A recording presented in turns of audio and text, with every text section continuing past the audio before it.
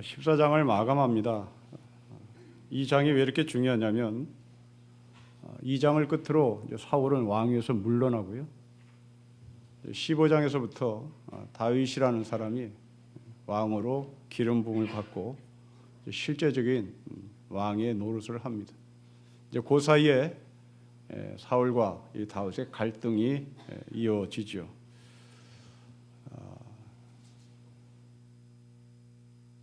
14장에서 사울이 왕으로 실각한 왕의 자리에서 내려와야 하는 이유가 좀 석연치 않습니다. 방금 우리가 읽었습니다마는 47절에 사울은 전쟁에 승리를 했습니다. 48절에도 승리를 했습니다. 52절은 국방을 튼튼히 하기 위하여 상비군을 만들었습니다. 우리나라로 얘기하면 북한과 싸워서 승리를 했다는 것이고요. 또한 우리나라 국방이 이북보다 더 튼튼했다는 얘기고, 심지어 미국이 물러가도 우리는 우리 스스로 국방을 지킬 수 있었다라는 얘기입니다. 그러면 우리나라에 이런 지도자가 있었다면, 그리고 우리나라에 이런 지도자가 현재 있다면 우리는 재선을 해서 그 사람을 최고 지도자로 세우겠죠. 앞에서 우여곡절로 전쟁에서 진 적도 있습니다만은 결론이 이렇게 화려하면 우리는 이 사람을 최고 지도자로 다시 불러들일 준비는 다 되어 있습니다. 그런데 놀랄 만큼 하나님은 이 사울을 왕에서 실각시킵니다. 그리고 다윗이라는 사람을 왕으로 세웁니다. 왜 그럴까? 그건 당연히 이 싸움이 어떻게 이루어졌으며 이 싸움에 참여하는 사울이 어떤 마음을 품었느냐, 이것에 달려 있었다는 거죠. 여러분, 어쩌면 우리는 인생을 전쟁이라고 표현하는데 다 이긴 전쟁, 정말 인생을 멋지게 살았다고 주변 사람들이 평가하는 그 인생, 그런데 그 인생을 하나님께서는 별로 관심이 없다.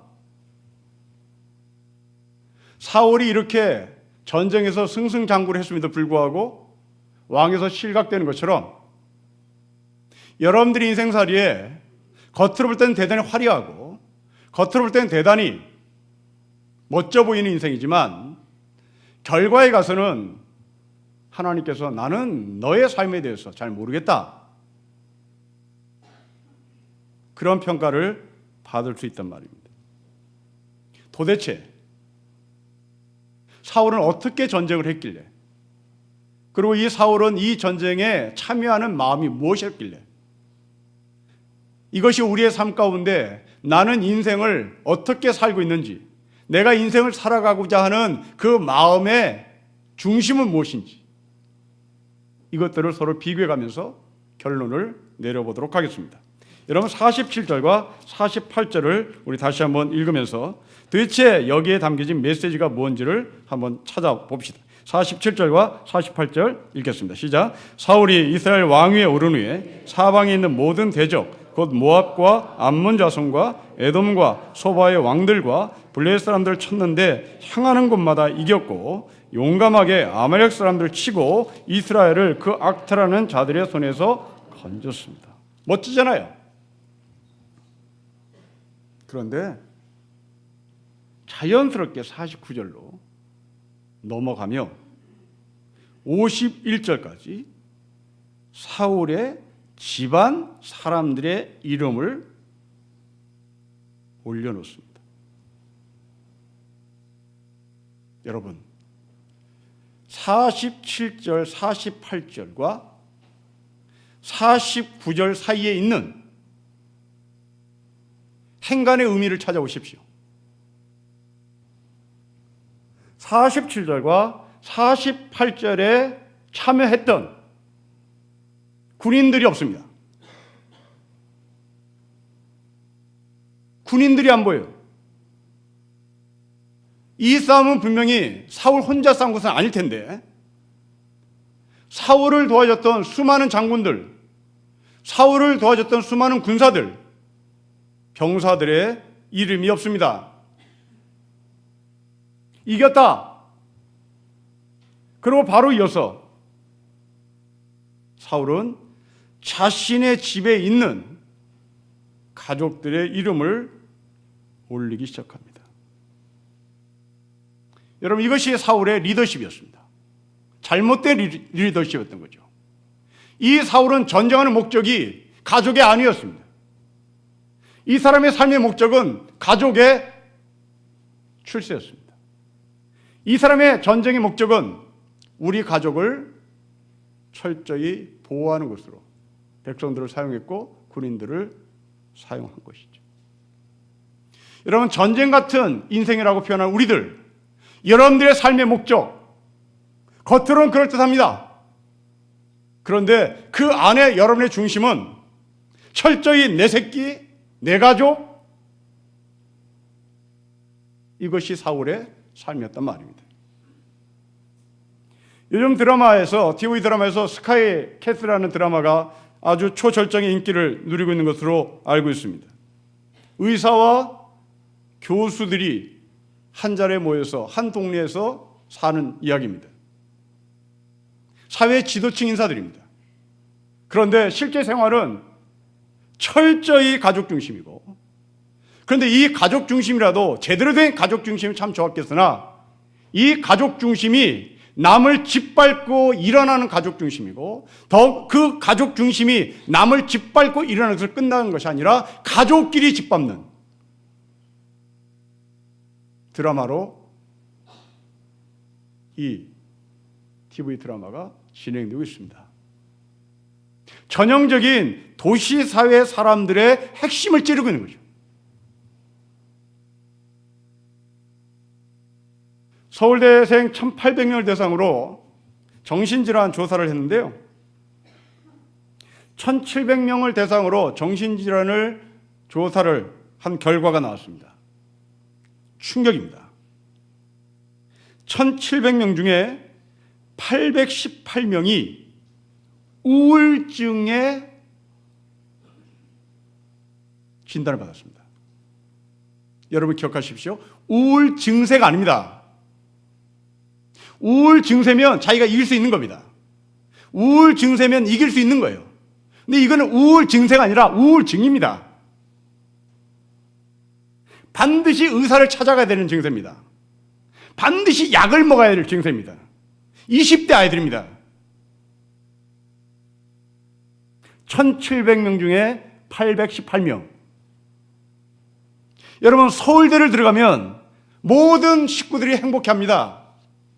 서울대 들어가면 자기 인생이 풀렸다라고 생각하는 아이들입니다.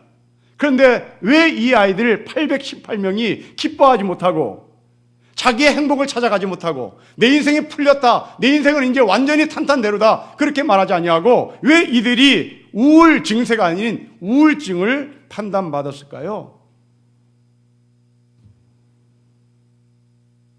똑똑한 녀석끼리 경쟁을 하니 그 경쟁은 더 심했던 거죠.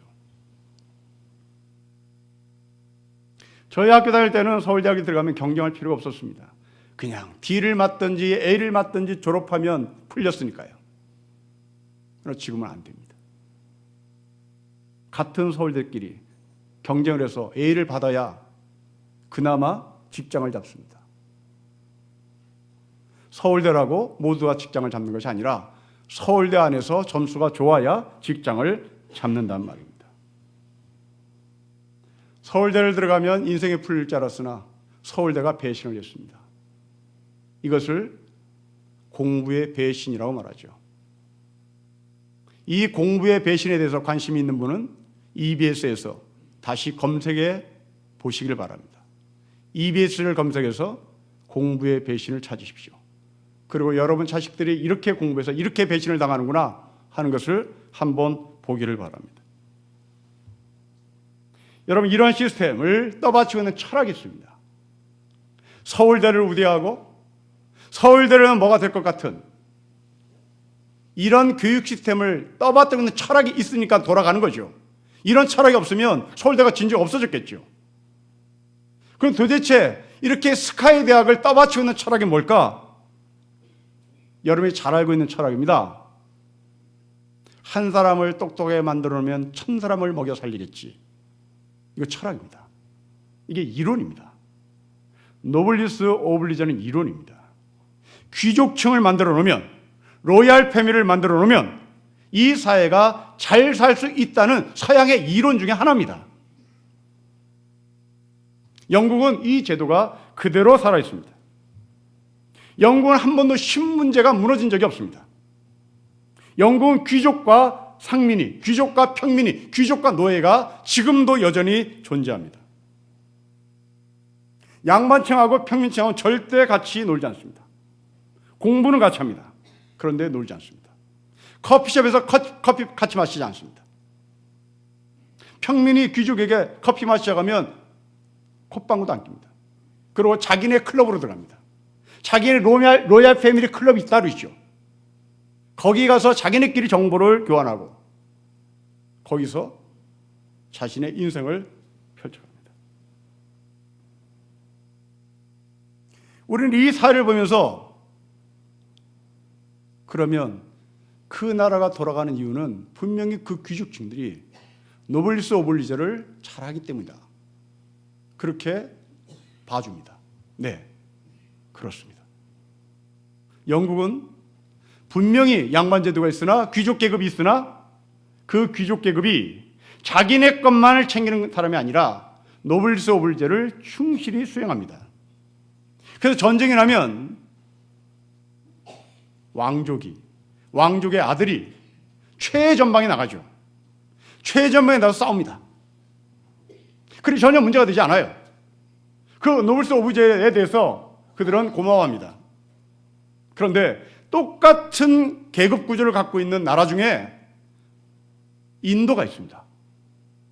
이 인도도 철저히 카스티제입니다. 그러나 이 인도는 노블리스 오블리제에 대한 철학이 없습니다. 그냥 운명, 네 팔자. 그래서 이 세상에서 너는 그냥 팔자로 살다가 다시 오는 세상에 너는 귀족으로 태어나거라 하고 팔자선으로 돌립니다. 똑같은 계급 구조를 갖고 있는 나라인데 하나는 귀족이 자신의 책무를 다합니다. 한쪽은 그건 네 팔자고 네 운명이라고 말합니다. 자, 그러면 성경은 어떤 사회를 추구할까요? 성경은 영국과 같은 제도를 추구할까요? 아니면 인도 같은 운명론에 빠진 사회 시스템을 추구할까요? 답은 둘 다 아닙니다. 답은 둘 다 아닙니다. 우리는 가끔 기독교인들이 노블리스 오블리제를 충실히 수행하면 받아줄 수 있다라고 생각하는데 그것은 성경에 없는 이야기입니다. 성경은 노블리스 오블리제가 아니라 종을 형제로 보는 사회 시스템입니다. 종을 자매로 보는 사회 시스템입니다. 영국은 종은 종이다. 내가 먹을 걸 너한테 줄 테니까 넌 잠자코 여기 있어라 하고 자기의 말에 대한 책임을 지지만 성경은 종과 주인이 한 식탁에 앉아서 밥을 먹고 그리고 서로 부릅니다. 형제요 자매요라고 부릅니다. 아가페의 사회입니다. 이 아가페의 사회를 예수님은 천국이라고 말하죠. 성경에 천국과 하나님 나라는 단어를 병행해서 쓰지 않습니다. 천국이라는 단어와 하나님 나라를 정확하게 구별을 씁니다. 하나님 나라는 저 천국입니다. 우리가 갖고 있는 천국의 개념이 하나님 나라입니다. 반면에 천국이라는 개념은 이 땅에 도래하는 나라입니다. 이 땅에 우리가 만들어야 될 나라입니다. 이 땅에 만들어야 할 나라를 성경의 저자들은 항상 천국이라는 단어를 씁니다. 여러분들이 공간 보고서 읽으면서 천국이라는 단어를 쓸 때는 그 비유가 이 땅에 실현되는 나라인 것을 전제로 읽어야 하는 겁니다. 반대로 하나님 나라에 대한 비유는 저 천국에 가서 우리가 만날 나라라고 해석을 하시면 됩니다. 예수님은 천국비를 통하여 우리에게 말씀합니다. 그 천국비의 대표적인 것이 바로 포도원 품꾼의 이야기입니다. 이 포도원 품꾼의 이야기는 서로 능력을 인정합니다. 서로 능력이 다른 것을 인정하고 그 서로 다른 능력이 다른 것을 인정하는 것으로 끝나는 것이 아니라 임금을 차등하지 않습니다. 능력은 서로 다른 것을 인정하는데 임금을 차별하지 않습니다. 그리고 늦게 온 사람과 일찍 온 사람을 차별하지 않습니다. 이것은 공산주의가 아닙니다. 거기에 전제가 깔려 있습니다. 그 주인은 일꾼에게 약속을 합니다. 노동서약서를 씁니다. 노동계약서를 씁니다. 그 노동계약서는 한 데나리온을 준다. 최저임금을 준다. 바로 최저임금이 이 포도원 품꾼의 비유의 핵심입니다. 일을 많이 했느냐 적게 했느냐 이것이 핵심이 아닙니다. 아침에 일찍 온 사람과 가장 늦게 온 사람이 부름받았느냐 이게 핵심이 아닙니다. 핵심은 최저임금이 너에게 줄 약속이다. 노동계약서다. 이겁니다. 그러니 그 포도원 품꾼의 이야기의 결론은 모든 사람이 최저 생계비를 받고 집으로 돌아간단 말입니다. 서로 능력은 다르나 서로 부름받은 시간은 다르나 능력 있는 사람이나 능력 없는 사람이나 밥은 먹어야 된다. 새끼밥 먹고 살아야 된다. 이것이 이 땅에 도래시킬, 이 땅에 우리가 만들어야 할 천국이라고 예수님은 말씀하는 겁니다. 성경은 귀족과 상민을 분리시키는 사회도 아니고 상민은 내 팔자요, 내 운명이요 라고 정리하는 나라가 아니라 함께 어울리는 나라입니다.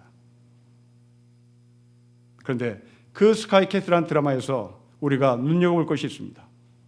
그들은 노블리스 오블리주도 안 합니다. 수단과 방법을 가리지 않고 자신의 기득권을 유지해 나가는 것이 그들의 삶의 철학입니다. 그런데 더 기가 막힌 것은 거기에 교회의 권사가 나옵니다. 그 권사는 사람을 짓밟고 승리하는 기득권자의 시어머니입니다. 그 권사 옆에 같이 주연 역할을 하는 여자 한 사람은 집사입니다. 여러분 왜 TV 드라마에 집사와 권사가 이런 역할로 대역을 맡는 모습을 우리에게 보여줄까요? 한국 기독교가 그렇단 말입니다. 불교가 가렸으면 보살을 등장시켰겠죠.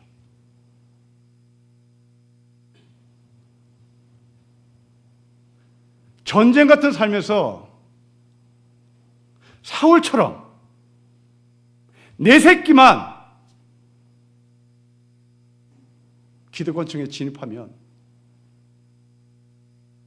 그 방법이, 그 수단이 무엇인지 상관할 이유가 없단 말입니다.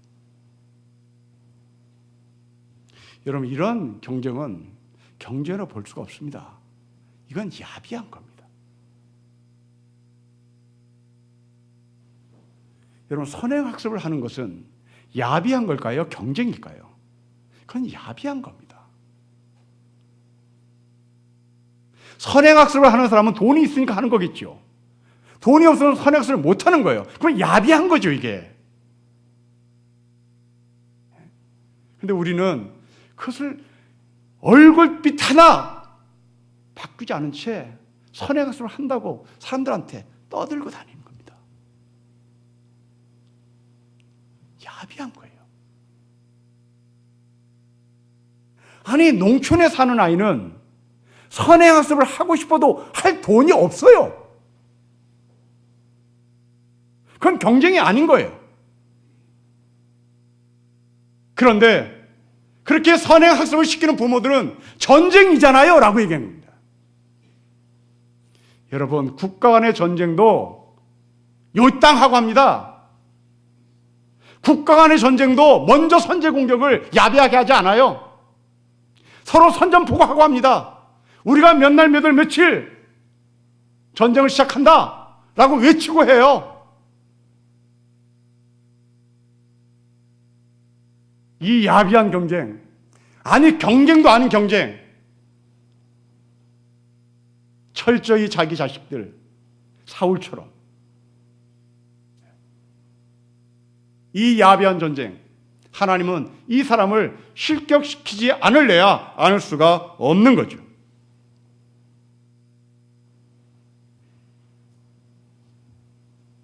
어떤 4조 원에 육박하는 재산을 갖고 있는 사람이 한 인터뷰에서 이런 말을 했습니다. 자기가 최고로 부르는 사람이 하나 있다. 그 사람은 빌 게이츠다. 왜? 나도 빌 게이츠처럼 돈을 많이 벌어서 자선 사업을 하고 싶다. 이게 말이에요. 이게 말씀이에요. 4조 원의 재산을 갖고 있는 사람이 빌 게이츠가 부러워요. 왜? 나도 빌 게이츠처럼 돈을 많이 벌어서 사회사업 좀 하고 싶어서요. 이게 우리나라의 부자의 핵심입니다.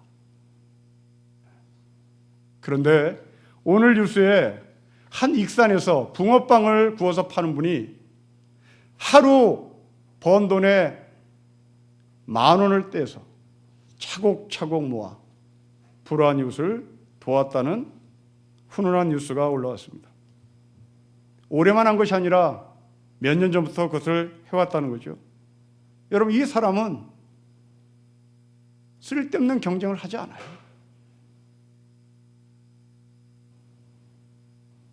여러분, 쓸데없는 경쟁은 뭡니까? 쓸데없는 경쟁이란 내가 감사하게 행복하게 살 수 있는데도 불구하고 자기 스스로 어두운 소굴에 들어가서 내 인생은 왜 이렇게 꼬이는 거야? 내 인생은 왜 이렇게 어두운 거야? 내 인생은 왜 이렇게 팍팍해? 그렇게 말하는 게 쓸데없는 경쟁을 하는 사람이에요. 여러분이 갖고 있는 그 돈을 가지고 행복했으면 되는데 왜 나는 돈이 없어? 여러분이 갖고 있는 건강을 가지고 감사하게 쓰면 되는데 왜 나는 건강치 못한 거야? 여러분들 살 만큼 다 살잖아요, 지금. 여러분 새끼 다 밥 먹고 있잖아요. 근데 왜 나는 맨날 밥을 먹고 사는 것으로만 만족하지 못하고 사나? 왜 나는 늘 어둡게 사나? 자기 스스로 자기의 발등을 찍고 사는 인간이죠. 붕어빵을 굽는 그분이 빌 게이츠를 경쟁 상대로 봤다면 그 사람이 행복했겠냐고요.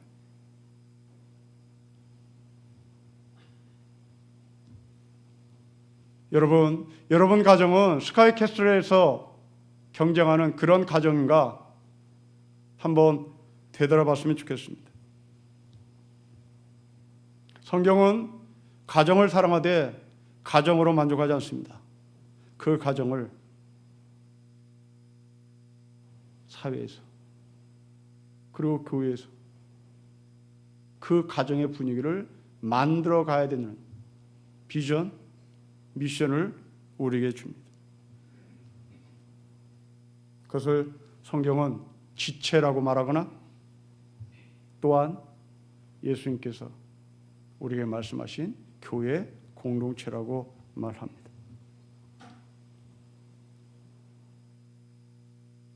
물론 우리는 현실 가운데 그렇게 포도원 품꾼의 비유 같은 사회 시스템을 만들어낼 힘은 없습니다. 하지만 우리는 잊지 말아야 된다는 사실을 꼭 기억해야 합니다. 그래서 그 잊지 말아야 할 포도원 품꾼의 비유, 천국의 비유, 이 땅에 교회 공동체의 아름다운 철학을 심어야 하는 그 미션 가운데 할 수 있는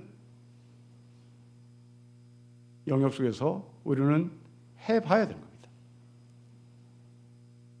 그 중에 하나, 저는 첫 예배를 통하여 여러분들에게 언어 교정을 해드리고 싶습니다. 이 공예배에 올라와서 아픈 사람을 가리켜 환우라고 말하지 마십시오. 우리 식구입니다. 우리 형제요, 우리 자매입니다. 환우는 세상에서 아픈 사람을 존대할 때 쓰는 말입니다. 교회에서는 환우라는 단어를 쓸 수가 없습니다. 지체입니다. 식구입니다. 형제요, 자매입니다. 내 새끼가 아픈 겁니다. 여러분 아들이 아픈데 하나님 우리 집에 환우가 있습니다 라고 기도할 사람은 없을 겁니다. 이게 그 종을 형제로 자매로 불렀던 초대교회의 영성이고, 우리가 그 영성을 놓치지 않고 실천해야 하고, 그 단어 하나를 통해서 우리는 교회 공동체 안에 운명 공동체로, 교회 공동체 안에 형제와 자매의 공동체로, 예수의 보혈로 한 피받아 한 몸이는 그 공동체로 만들어 가야 되는 겁니다. 그런데 이 사울은 말씀으로만 보면, 문자로만 보면 철저히 가족 중심 같은데 또 그렇지도 않습니다. 여러분 48절을 보시면 이름 하나를 여러분 눈여겨보셔야 됩니다. 미갈이라는 딸입니다. 후에 다윗의 부인이 되는 여자입니다. 앞으로 만날 사무엘상 18장에 보면 이 미갈이라는 여자가 다윗을 흠모합니다. 사랑합니다. 아버지 사울이 자기 딸 미갈이 다윗을 사랑한다는 말을 듣고 의미 있는 웃음을 짓습니다. 그리고 사울은 다윗에게 접근합니다. 자기 딸과 결혼하라고 얘기합니다. 결혼의 이유, 다윗을 죽이려고 사울이 덫을 놓은 것입니다. 그 덫에 걸려 다윗을 블레셋 전쟁에 내보내 죽게 만들게 했던 것이 바로 사울의 전술 전략이었습니다. 딸을 다윗에게 정략 결혼시켜 다윗을 죽이려고 했다. 여러분 이 이야기는 우리나라에도 있습니다. 호동왕자와 낭랑공주 얘기입니다. 배역은 다르나 내용은 같습니다. 사랑을 정복하는 데 쓰는 호동왕자, 이름 없는 낭랑의 공주는 자기를 사랑한 줄 알고 낭랑의 기밀을 호동이한테 다 갖다 줍니다. 호동이는 그 비밀을 들고 낭랑을 쳐버리죠. 역사상 이런 일들은 모든 민족에 다 있을 겁니다. 사랑을 사랑으로 오지 않고 그 사랑을 정복과 전쟁을 하는데 이용하려고 했던 바로 사울의 모습입니다. 그러면 사울은 미갈만 그랬나? 그렇지 않습니다. 여러분 요나단도 그랬습니다. 사울이 요나단을 하나님께 바치겠다고 천명했잖아요. 제비 뽑혀서 내 아들 요나단이 잡히면 내 아들도 죽인다.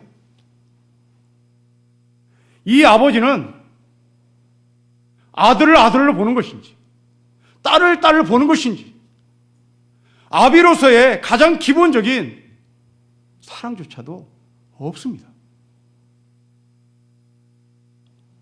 철저히 이 사울은 가족 중심의 철학을 갖고 있는 줄 알았으나 가족 중심도 또 아니었습니다. 가족을 쉽게 팔아버리는 사람이었습니다. 여러분의 남편은, 여러분 가정의 아버지는 어떻습니까? 여러분 아내로 대하는 남편입니까? 여러분 자식으로 대하는 아버지입니까? 아니면 내 욕망을 채취하여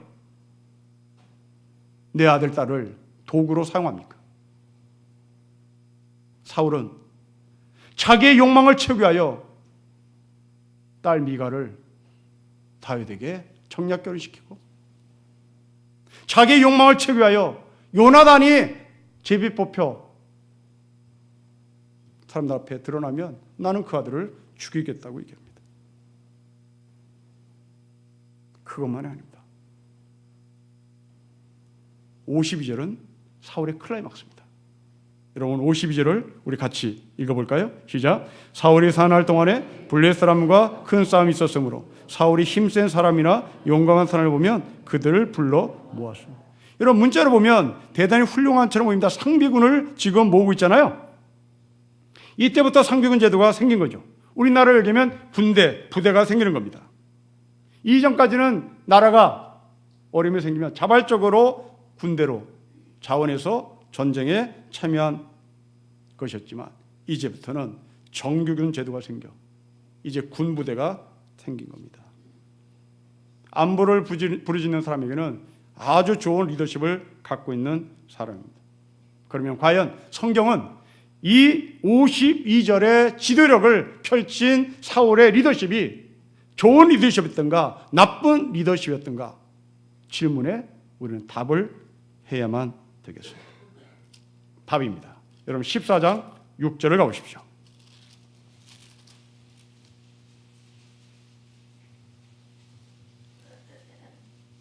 14장 6절 우리 같이 읽겠습니다. 시작. 요나단이 자기의 무기를 든 소년에게 이르되 우리가 이 할례 받지 않는 자들에게로 건너가자.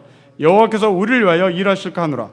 여호와의 구원은 사람이 많고 적음에 달려있지 아니했다.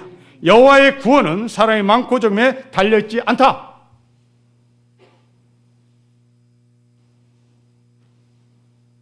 (14장 52절을 비교해 보십시오.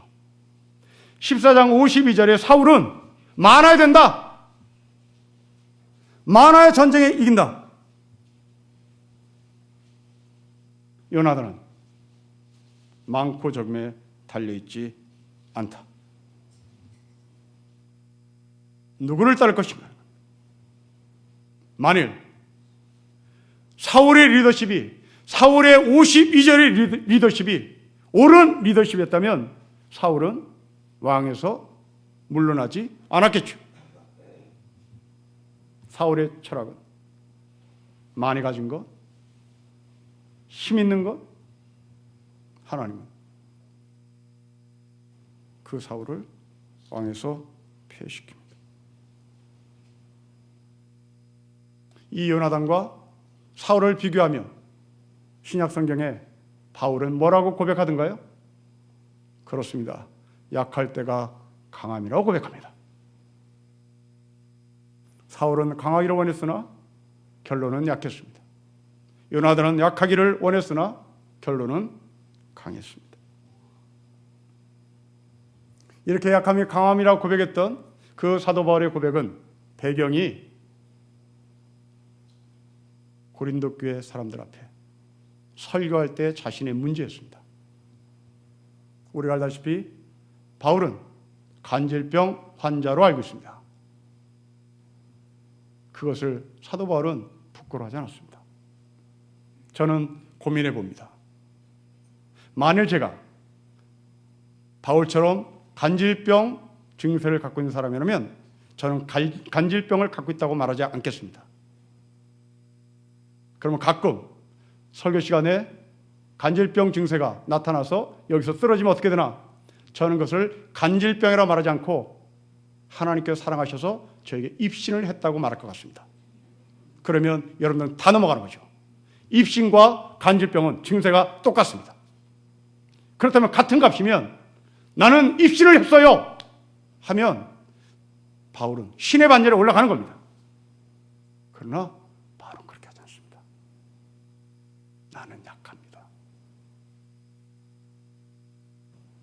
이게 강함입니다.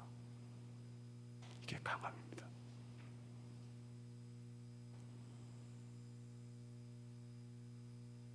여러분의 영적인 간질병이 뭐겠습니까? 갯불도 없는 것이 밖으로 표현하는 바로 그거 아닙니까? 쥐뿔도 없는 것을 우리는 사슴뿔이라고 폼재는 거 아닙니까?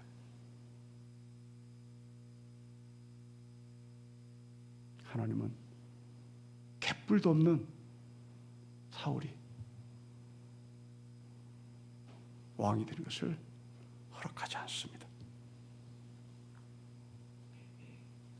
연약한 다윗, 물맷돌 하나 들고 있는 다윗,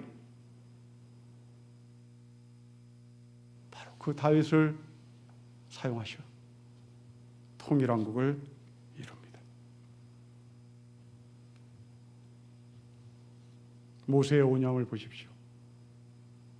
모세는 이스라엘 백성들과 하나님의 사를 왔다 갔다 하며 하나님이 이렇게 말씀하셨습니다 라고 이스라엘 백성들에게 얘기합니다. 이스라엘 백성들이 화를 내자 다시 하나님 앞에 가서 이스라엘 백성들이 이렇게 화를 냅니다. 마치 탁구공 마냥 왔다 갔다 하며 메신저 역할을 합니다.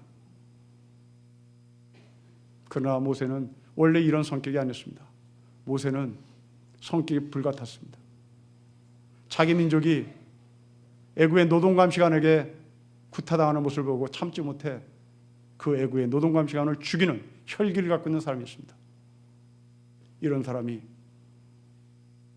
핑퐁을 게임을 하는 것처럼 하나님과 이스라엘 사이를 왔다 갔다 합니다. 여러분 어떻게 모세가, 어떻게 바울이 자기의 약함을 강함으로 자기의 혈기를 죽이며 하나님과 이스라엘 사이를 왔다 갔다 하는 사람이 됐을까요? 그렇습니다. 그것은 하루아침에 이루어진 것이 아닙니다. 바울은 어깨에 힘주는 사람이었습니다. 그러나 예수 그리스도를 믿고 난 바울은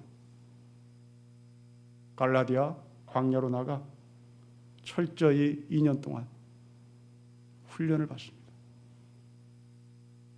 자기의 목이 꺾이는 훈련을 받죠. 모세도 마찬가지입니다. 40년을 광야에서 훈련을 받습니다. 그 결과 모세가 모세의 삶을 살았고 바울이 바울의 삶을 살았습니다. 여러분의 혈기 하루아침에 바꿔지지 않습니다. 그것이 강함으로 바뀌기 위해서는 여러분들은 그 혈기가 꺾여야 되는 겁니다. 다시 시작해야 되는 겁니다.